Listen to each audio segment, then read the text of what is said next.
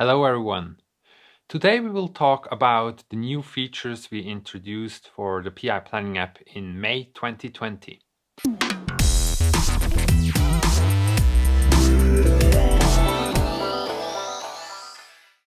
If you log into the PI Planning app and you see the session overview, you will see that there is now also a column for the date.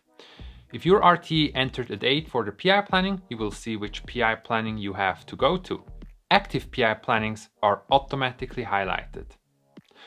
One of the absolute highlights of the releases in May is definitely the capacity allocation. Right next to the load, you will find a small pie chart icon. If you hover over it, it shows you the percentage of the different sticky types and their story points compared to the total load.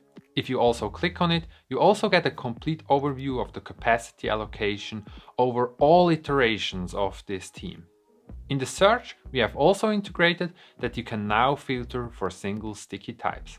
And on the program board and program backlog board, you can also filter for themes. After we had integrated the single iteration sync for Rally, it now also comes for Jira.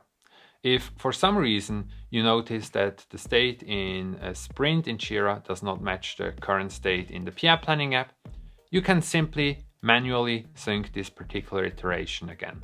This can now be done without the RT accessing the RT cockpit and restarting the entire sync, which previously had the consequence that the sync was out of order for a few seconds.